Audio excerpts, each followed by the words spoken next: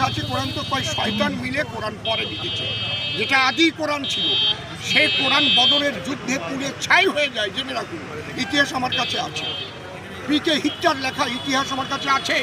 এবং তারপরে 27 জনের শয়তানের দল মিলে এই কোরআন লিখেছে। এবং বারে বারে এই কোরআনের মধ্যে এমন এমন জিনিস ঢুকানো হয়েছে, বাচ্চাদের শেখানো হচ্ছে, হে মুসলমানগণ, অমুসলমানদের যেখানে পাইবে সেখানে বন্দি করিবে, নির্মমভাবে হত্যা করিবে। কোরআনে লেখা আমার কাছে আছে কোরআন। ওরা চ্যালেঞ্জ করুক, আমার কাছে কোরআন আছে, তাজের কোরআন।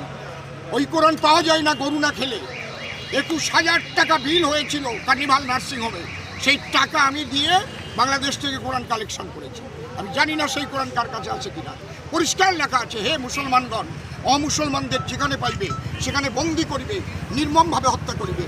এই কোনো ধর্মগ্রন্থে, সে হিন্দু ধর্মই হোক, সে মুসলিম ধর্মই হোক, সে খ্রিস্টান ধর্মই হোক, কোনো ধর্মগ্রন্থে যদি এই জাতীয় কথা লেখা থাকে, আমি সে ধর্মগ্রন্থ ভরে প্রস্তাব করি।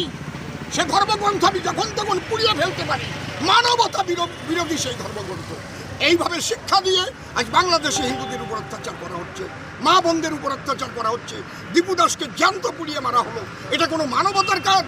এটা কোনো ধর্মের কাজ? ধর্মে মানুষকে প্রেম শেখায়, ধর্মে মানুষকে গাছপালা পশু পাখি সবাইকে ভালোবাসা শেখায়। আর ধর্মের দ্বারাই